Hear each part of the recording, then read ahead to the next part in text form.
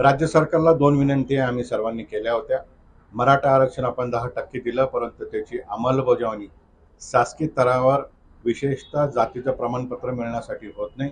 याकरिता राज्य सरकारने तातडीने सर्व जिल्हाधिकाऱ्यांची बैठक घ्यावी, त्यांना सूचना कराव्यात की या क्षणापासून सर्टिफिकेट वितरण ताकदीने झालं पाहिजे। जे अधिकारी याच्यामध्ये पुढे मागे करतील अशांवर कारवाई देखील झाली पाहिजे, ही मागणी आमची आहे। सर्व विद्यार्थ्यांना माहितीस्तव एक आनंदाची बातमी मला सांगायची आहे की महावितरणच्या वतीने विद्युत सहाय्यक भरती जी काढण्यात आली होती याच्यामध्ये मराठा आरक्षण लागू नव्हतं, परंतु आपल्या सर्वांच्या पाठपुराव्यामुळे राज्य सरकारने काल निर्णय घेतलेला आहे।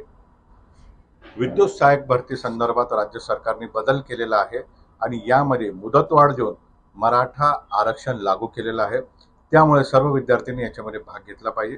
तसेच सरकारला मी पुन्हा एकदा विनंती करतो, पोलीस भरती संदर्भात आपण मुदतवाढ द्यावी। माननीय मुख्यमंत्री महोदय, माननीय उपमुख्यमंत्री, विनंती अशी आहे की निर्णय आपण घेतला, अंमलबजावणी त्याची झालेली नाही, तरुणांकडे सर्टिफिकेट नाही, याकरिता पोलीस भरतीमध्ये देखील सर्टिफिकेट सादर करण्यासाठी वेळ देण्यात यावा आणि सरकारने तातडीने याच्यावर कारवाई करावी अशी मी विनंती करतो। देश विदेशातील प्रत्येक घडामोडींचे लाईव्ह अपडेट मिळवण्यासाठी आता साम टीव्हीच्या सर्व सोशल मीडिया प्लॅटफॉर्मला लाईक, फॉलो आणि सबस्क्राईब करा।